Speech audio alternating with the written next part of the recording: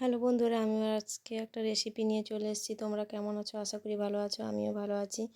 দেখতে পাচ্ছ আর একটা কী করছি না করছি, একটু দেখতে থাকো, স্কিপ করবে না। আমি এক করে সব রসুন ছাড়িয়ে নিয়েছি, ডিমটাও ফাটিয়ে নিলাম। আর আমার চ্যানেলের নতুন নতুন রেসিপি দেখতে হলে চোখ রাখতে হবে। দেখতে থাকো। ডিমটা ফাটিয়ে গ্লাসের মধ্যে রেখে দিলাম। তারপরে একটা ব্লেন্ডারের সাহায্যে আমি ব্লেন্ড করে নিচ্ছি। আপনারা চাইলে যে কোনো জিনিস দিয়ে করতে পারেন। ছোট চামচও হতে পারে, খুন্তির পেছন দিয়েও হতে পারে। নুনটা দিয়ে দিয়েছি, হলুদটা দিয়ে দিয়েছি। তারপর আমি এক করে ফাটিয়ে নেব ডিমটাকে। এর সাহায্যে আমি ডিমটাকে ফাটিয়ে নেব।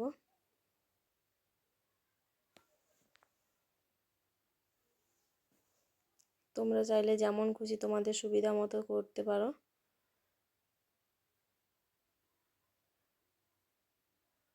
আমার চ্যানেলে আপনাদের যদি রান্নাগুলো ভালো থাকে, লাইক কমেন্ট সাবস্ক্রাইব করে দিও আর পাশে থেকো।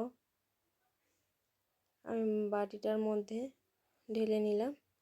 দেখতে থাকো, কেউ স্কিপ করবে না, বারবার বলছি। প্রেসার কুকারটা নিয়ে নিলাম। প্রেসার কুকারে এক এক করে আলুটা দিয়ে দিয়েছি।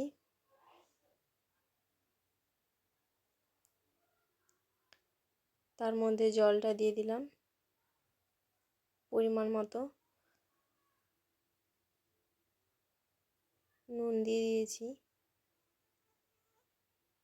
হলুদটা দিয়ে দিলাম।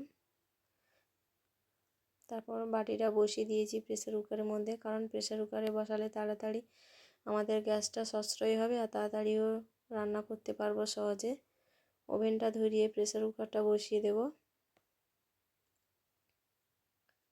তোমরা উনুনেতে করতেও পারো, কোনো অসুবিধা নেই। তারপর আমি মশলাটা শিলের মধ্যে করে নিয়ে চলে আসব। তোমরা চাইলে ব্লেন্ডারে করতে পারো। আমাদের বাড়িতে শিল আছে, শিলে করছি। সচরাচর যখন আমাদের ইচ্ছে করে শিলে করি, যখন অনেক মশলাপাতি হয় তখন আমরা ব্লেন্ডারে ব্লেন্ড করে নিই। তেলটা কিন্তু আমার গরম হয়ে গেছে।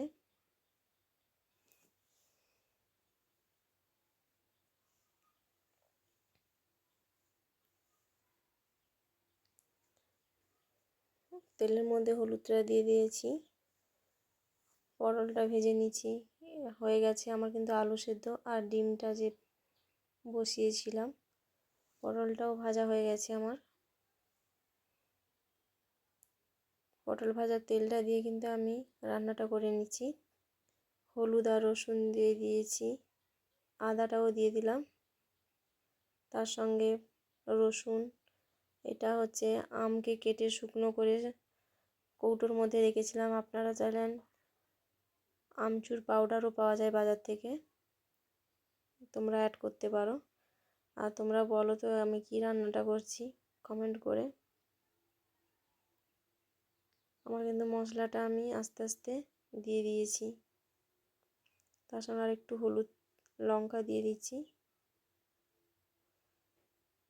লঙ্কা গুঁড়োটা দিয়ে দিলাম।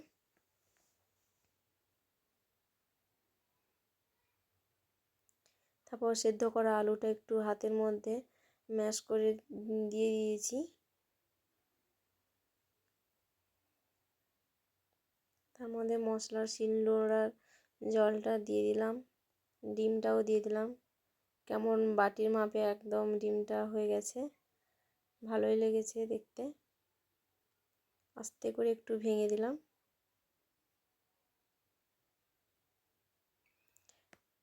তোমরা চাইলে সেদ্ধ ডিমেরও করতে পারো, ভেজে ডিম, ভাজা ডিম দিয়েও করতে পারো।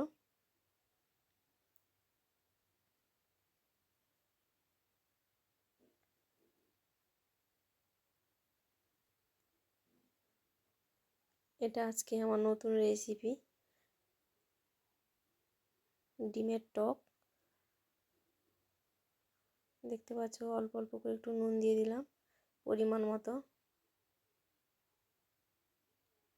কারণ আমি ডিমের মধ্যে, সেদ্ধ ডিমের মধ্যে ডিমটা যে বসিয়েছিলাম নুন দিয়ে দিচ্ছি। আলু যখন সেদ্ধ করেছিলাম তখন আমি, এটা আমার ছেলের জন্য ডিমের ঝোলটা হয়েছে।